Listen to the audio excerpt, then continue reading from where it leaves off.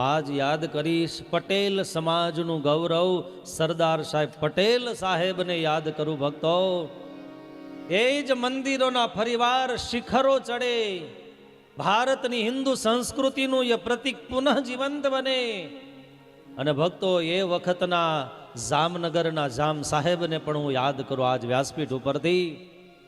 ભક્તો એમ કહેવાય એ વૈભવોને લૂંટવા માટે વિધર્મીઓએ અનેક વાર સંકલ્પ કરી તોડ્યું એને, પાછું એ મંદિર જીવંત બન્યું. અને આજ 1000 વર્ષ પછી હિન્દુ સ્વમાનની યાત્રા નીકળી છે ભક્તો. આપણા સૌનું ગૌરવ નીકળ્યું છે ભક્તો.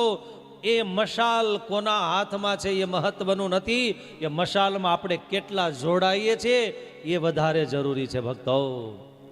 જો હિન્દુ સંસ્કૃતિ બચાવવી હોય, હિન્દુ ધર્મના સંસ્કાર બચાવવા હોય તો ભક્તો યાદ રાખજો, ધર્મના નામે વિભક્ત થતા સમાજે હવે ધર્મની ધજાની નીચે રહી હિન્દુ સંસ્કૃતિની ધજાને લહેરાવવી પડશે. કારણ આ હિન્દુ ધર્મની અંદર એ તાકાત છે, આખા વિશ્વનું નેતૃત્વ કરી અને સમાજને સંદેશાઓ આપી શકે.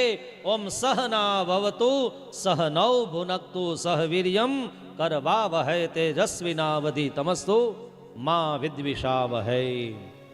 હું એકલો ખાવ બળવાન વીર્યવાન બનું એમ નહીં, મારો ભારત માતાનો ભૌમકામાં જન્મેલો હરેક યુવાન ભક્તો વીર્યવાન બને, તેજસ્વી બને, મેધાવાન બને, સફળતાના શિખરોને સર કરી શકે. આવી આપણી અક્ષુણ્ય સંસ્કૃતિની ધરોહર છે ભક્તો. આજ વ્યાસપીઠ ઉપરથી દેવાધિદેવ મહાદેવ એ સોમનાથ મહાદેવને વંદન કરું છું ભક્તો.